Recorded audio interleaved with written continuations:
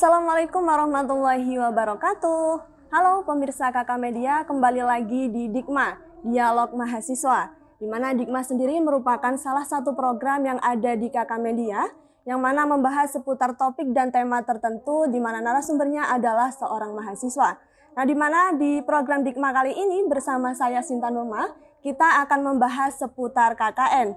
Tentunya berbicara mengenai KKN sudah tidak asing lagi di benak pemirsa semuanya. Dan kali ini saya ditemani dengan narasumber yang merupakan salah satu mahasiswa IAIN Kediri yang sekarang ini sedang melaksanakan KKN, yakni Mas Syahrul. Bagaimana kabarnya Mas Syahrul? Alhamdulillah baik, Mbak. Alhamdulillah baik, sehat begitu ya? Alhamdulillah sehat. Baik, Mas Syahrul ini dari prodi apa, Mas? Saya dari prodi Psikologi Islam semester 6. Oke, Psikologi Islam semester 6. Dan ini kalau nggak salah KKN-nya sudah di pertengahan perjalanan begitu ya, udah Ya, untuk berjalannya. Untuk KKN sendiri di pertengahan kira-kira 23 hari. 23 hari dan alhamdulillah dalam keadaan sehat walafiat, dan begitu juga diharapkan untuk pemirsa KK Media dan teman-teman KKN yang lainnya. Baik, KKN sendiri merupakan singkatan dari kuliah kerja nyata yang merupakan upaya pengabdian kepada masyarakat yang dilakukan oleh mahasiswa dengan melakukan pendekatan lintas sektoral dan juga keilmuan, dan dilakukan di wilayah tertentu dan waktu-waktu tertentu. Dan untuk kampus IAIN Kediri sendiri, untuk KKN sendiri juga terbilang cukup penting karena menjadi persyaratan lulus di semester 7. Baik pemirsa, untuk lebih lanjut langsung saja kita berbincang-bincang dengan narasumber kita kali ini. Baik Mas, untuk KKN-nya ini sudah berjalan berapa hari tepatnya? Untuk KKN sendiri 23 hari, Mbak. Sudah 23 hari begitu ya. Dan untuk pihak kampus sendiri itu memberi waktu berapa lama, Mas? Untuk pihak kampus itu 45 hari. Baik, berarti sudah hampir setengahnya begitu ya? Ya, kurang lebih 2-3 minggu. Oke. Dan untuk satu kelompok ini dari kelompok berapa, Mas? Untuk kami dari kelompok 17. Kelompok 17, dan satu kelompok itu berisi berapa orang? Untuk kelompok kami sekitar 23 orang. 23 orang. Dan Mas ini kan dari prodi psikologi begitu ya. Dan Ya. untuk teman yang satu kelompok di prodi yang sama ini berapa orang, Mas? Untuk di kelompok 17 ada 2 anak dari prodi psikologi. Hanya 2 anak dari prodi yang sama. Dan untuk prodi yang lainnya apakah juga sama, kurang lebih berkisaran 2 Untuk orang? kelompok kami sendiri sebenarnya didominasi oleh tarbiyah. Itu mulai dari PAI, bahasa Arab hingga tadris bahasa Inggris. Begitu, dan kurang lebih berapa orang itu? Untuk tarbiyah sendiri 10. 10 orang. Wah, banyak begitu Mas ya. Sisanya dari prodi-prodi lain dan berbagai fakultas. Baik, dan ini tema yang diambil nih apa nih Mas? Untuk kelompok 17 nih. Untuk kami temanya pemberdayaan masyarakat melalui pengembangan UMKM. Baik, dan apa sih yang melatar belakangi dinamai tema tersebut? Itu usulan ataukah musyawarah begitu? Sebenarnya itu kami difasilitasi oleh pihak desa, Mbak. Berarti desa itu memberikan semacam pilihan untuk pengembangannya apa saja, dan di kelompok kami itu dipilih UMKM karena di sektor UMKM sendiri di desa ini masih berjalan setengah-setengah, jadi tidak terlalu berjalan lancar. Oke, baik. Jadi tema itu diambil dari proses itu tadi, begitu ya. Baik. Dan gini Mas, aku kan untuk di kampus sendiri itu kan banyak bergaul juga sama kakak tingkat begitu loh. Dan kemarin-kemarin itu pembahasannya mengenai KKN tuh ada kayak keresahan nanti ditempatkan di mana, terus lokasinya seperti apa, aksesnya gimana, terus juga teman-teman satu kelompoknya ini gimana gitu lah. Mas ini mungkin bisa diceritakan mungkin untuk realitas sama ekspektasinya gimana ketika melaksanakan KKN ini? Untuk ekspektasinya dulu sebenarnya takut Mbak KKN. Oke. Karena kan 45 hari.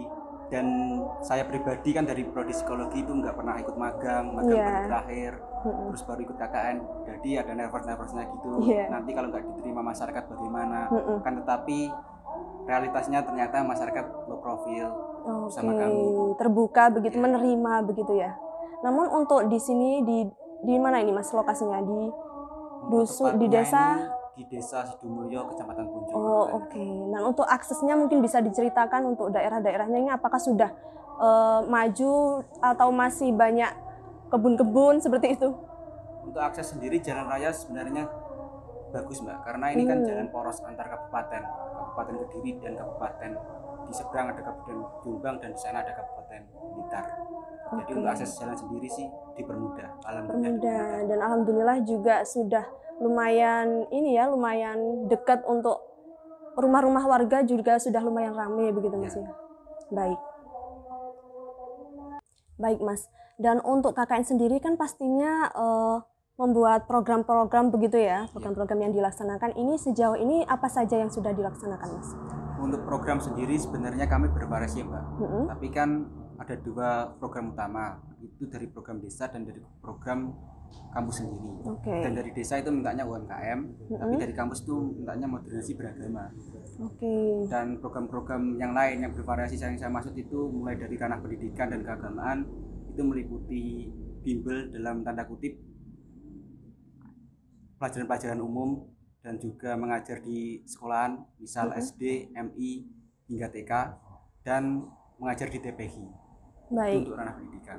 Untuk ranah pendidikan begitu Mas ya. Nah itu untuk hal seperti itu dilakukannya bagaimana? Maksudnya untuk anak-anak SD atau dilakukannya mengunjungi sekolahan-sekolahan begitu atau datang hadir ke sini begitu?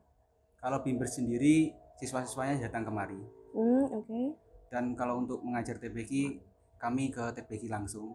Dari per TPI didatangi per 3 anak dari kelompok kami seperti itu. Baik, berarti satu orang peserta KKN menghandle beberapa anak begitu Mas ya? Baik. Oke. Dan untuk yang seperti bimbel les begitu ya, yang hadir ke sini itu anak kelas berapa aja tuh Mas? Dan kira-kira berapa pesertanya? Untuk kelas sendiri kami tidak menentukan untuk kelas 6 atau 5. Itu yang kami KKN, misalkan kami KKN di SD, kami mengajar kelas 1 hingga kelas 5 itu semua boleh ikut bimbel. Oh begitu. Dan untuk mata pelajarannya apa aja Mas? Untuk di sini itu kami mengambil bahasa Inggris, matematika, sama PAI. Sama PAI, 3 mata pelajaran itu begitu Mas ya? Baik, selain itu dari sektor pendidikan, di sektor lainnya mungkin? Di sektor lainnya pemberdayaan masyarakat, itu yang seperti saya jelaskan tadi, meliputi UMKM itu. UMKM-nya sendiri kami greenhouse dan jajanan pasar seperti stand-stand. Itu bagaimana Mas sistematikanya, maksudnya memasarkan ataukah membantu masyarakatnya ini dalam hal seperti apa gitu, upaya-upayanya? Kalau di stand kami ikut memasarkan, tapi kalau greenhouse kami ikut budidaya, misalkan ada pakcoy, ada seledri, dan ada mint, itu kami budidayakan dari bibit sampai besar. Baik, berarti juga mendapatkan ilmu juga ya dari situ. Ya, alhamdulillah dapat ilmu. Iya, alhamdulillah. Dan untuk pemasarannya sendiri itu di pasar ataukah, kan penjual kan juga banyak begitu loh Mas. Dan untuk yang dibantu ini orang-orang tertentu atau bagaimana? Karena stand sendiri sebenarnya itu kan miliknya Ibu PPKK Mbak. Jadi di Ibu PPKK itu di jalan raya di dekat posko kami itu ada stand-stand, itu kami ikut menjualkan, misalkan menjualkan ke secara offline. Untuk greenhouse sendiri kami ikut pembibitan saja, tidak ikut penjualan. Oh begitu, baik-baik. Dan untuk selanjutnya Mas, mungkin selain dari pendidikan, dari seperti sektor UMKM seperti itu, mungkin ada lagi program kerjanya yang dijalankan? Untuk yang terakhir itu mungkin sosial Mbak. Sosial itu kami meliputi baksos dan kerja-kerja sosial yang lain seperti kerja bakti atau yang lain. Memang untuk seperti kayak kerja bakti seperti itu memang di daerah sini memang sudah dijalankan dan para KKN ini membantu atau baru menciptakan program-program seperti itu Mas? Sebenarnya kalau itu kami sendiri inisiatif. Kan karena di sini lingkungannya dalam tanda kutip tidak kotor, juga tidak bersih, sedang-sedang. Itu kami ikut membantu seperti membersihkan sungai, terus membersihkan masjid. Kalau tiap Jumat kami ada baksos bersih-bersih masjid namanya. Dan itu per minggu beda masjid, beda musola. Jadi kami terus rolling gitu. Baik. Dan kayak kegiatan seperti itu dilakukan oleh peserta KKN saja atau bersama warga bergotong royong Mas? Untuk baksos bersih-bersih masjid itu dari kami sendiri, peserta KKN. Kalau kerja bakti yang lain, misalkan bersihkan sungai, itu ada andil dari masyarakat sendiri. Jadi kami bersosialisasi dengan Pak RT dulu, tanyakan misalkan ada sungai yang kotor kita bersihkan. Jadi masyarakat dan peserta saling membahu-membahu berkontribusi satu sama lain. Kalau dari musola tadi cuma peserta KKN. Oke Mas. Dan untuk kerja bakti masjid itu kan di hari Jumat begitu ya. Namun kalau untuk lingkungan ini apakah ada hari-hari tertentu? Untuk lingkungan sih biasanya menunggu instruksi dari RT atau dari pihak desa. Kalau pihak desa meminta misalkan hari hari Minggu kami jalan hari Minggu. Jadi tidak ada batas ketentuan hari apa. Kalau baksos kan ada batas, soalnya kami sendiri yang menjalankan. Iya, baik. Berarti selalu ada komunikasi sama pihak-pihak desa begitu Mas ya. Baik. Dan untuk biasanya itu kan seperti melakukan bimbingan ke sekolah-sekolah begitu Mas. Iya, dan ini juga melakukan hal yang sama seperti itu. Kurang lebih sama. Dan itu untuk pengajuan sendiri ke sekolahnya itu Mas, itu gimana sih maksudnya sistematikanya begitu? Meminta izin dulu ataukah harus ada persyaratan atau membantu mengajar di mata pelajaran tertentu begitu? Untuk sekolah sendiri sebenarnya itu tergantung sekolahnya Mbak. Itu berarti kalau sekolahnya misalkan di kelompok kami kan ada 3 sekolah. Ada SDN 1 Sidomulyo dan SDN 2 Sidomulyo. Yang terakhir ada MI. Untuk MI sendiri itu kami mengajar langsung karena gurunya langsung meminta. Dan di 2 sekolah yang lain kami menunggu instruksi dari pihak sekolah baru kami menjalankan. Jadi kalau yang 2 ini sifatnya sih menunggu instruksi dulu, tidak langsung kerja. Kalau yang ini kan sudah di planning yang MI. Sebenarnya begitu. Dan untuk belajar ataupun membantu mengajar seperti itu dilakukan berapa hari sih Mas? Atau hanya sekali aja atau? Kalau SD sendiri kami 4 hari, Senin sampai Kamis. Sedangkan MI cuma 3 hari, Senin sampai Rabu. Karena keterbatasan anggota. Oke, begitu. Sudah banyak sekali berarti ya Mas yang sudah dilakukan mengenai proker-prokernya begitu. Dan untuk hambatan sendiri mungkin dari masyarakat ada apa enggak, mungkin gimana sih responnya masyarakat terhadap peserta KKN atau proker-prokernya? Sebenarnya secara umum respon semuanya itu baik semua. Tapi kan kami dari lintas prodi, berbagai prodi. Jadi kan kadang kalau di ranah pendidikan mungkin anaknya terbiak, kadang di situ dimasukkan psikologi, sosiologi. Itu harus beradaptasi lagi. Tetapi nilai positifnya yang bisa saya ambil dari penugasan KKN ini, itu masyarakatnya semua ikut membantu. Jadi nggak ada istilah kerja sendiri, nggak ada. Masyarakat pasti akan membantu. Misalkan saya dari prodi psikologi saya nggak bisa, pasti gurunya nanti briefing gini. Seperti itu sih. Baik. Dan upaya ataupun gambaran untuk kedepannya nih Mas mengenai proker-prokernya yang sudah dijalankan ini, ada nggak sih dari masyarakat yang mungkin untuk nantinya menjalankan atau meneruskan begitu untuk proker dari para peserta KKN? Mungkin untuk sektor greenhouse saya harap masyarakat bisa meneruskan itu karena potensi di sini, potensi perkebunan, persawahan itu sangat besar Mbak. Jadi itu bisa dikembangkan menjadi lebih baik dan lebih baik lagi. Untuk stand sih saya rasa sudah termasuk maju. Mungkin yang perlu diperbaiki dan perlu ditingkatkan sepeninggal kami nanti setelah sempurna tugas, mungkin dari sektor greenhouse itu harus dikembangkan masyarakat karena potensinya sangat besar sekali. Dan ini untuk program kerjanya memang tinggal meneruskan karena kan waktunya ini masih kurang lebih setengah perjalanan lagi begitu Mas ya.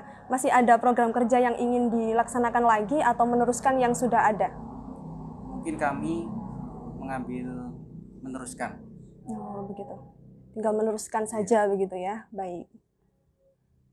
Nah, Mas, ini mungkin bisa disampaikan kepada pemirsa KK Media mengenai pesan kesannya atau tips and trik untuk peserta KKN selanjutnya. Mungkin untuk pesan yang bisa kami berikan untuk adik-adik kami selanjutnya yang akan menjalankan tugas KKN ini. 1, jangan overthinking. Tetap semangat apapun keadaannya. Terus harus tahu lingkungannya, dalam arti kalau tugas di desa A harus bisa beradaptasi, harus bisa memahami kultur budaya desa tersebut. Dan kalian tidak hanya membawa nama kelompok atau nama pribadi, akan tetapi juga nama kampus. Jadi kalau tidak bisa bekerja maksimal, berusahalah untuk bekerja secara optimal. Terus bekerja keras dan semoga KKN selanjutnya bisa menyelesaikan tugas dengan sebaik-baiknya. dan lebih baik dari generasi saya. Yang penting satu, tetap semangat. Baik, terima kasih. Dan izin memberikan ulasan sedikit pemirsa bahwasanya KKN sendiri merupakan singkatan dari Kuliah Kerja Nyata yang merupakan upaya pengabdian kepada masyarakat yang dilakukan oleh mahasiswa. Dan memang KKN ini menjadi kegiatan wajib yang pastinya dilakukan oleh mahasiswa yang melakukan jenjang S1 begitu. Dan pastinya juga KKN pasti akan mengusung program kerja demi menunjang kemajuan daerah dan juga memanfaatkan sumber daya alam yang ada di daerah tersebut. Baik, Mas, terima kasih atas segala informasinya. Baik, dan semoga selalu sukses ke depannya dan sehat selalu begitu ya. Baik, terima kasih pemirsa, itu tadi yang dapat kami sampaikan. Saya Sinta Nurma pamit undur diri. Tetap saksikan Dikma, Dialog Mahasiswa di KK Media, Media Kampus IAIN Kediri. Terima kasih dan sampai jumpa. Wassalamualaikum warahmatullahi wabarakatuh.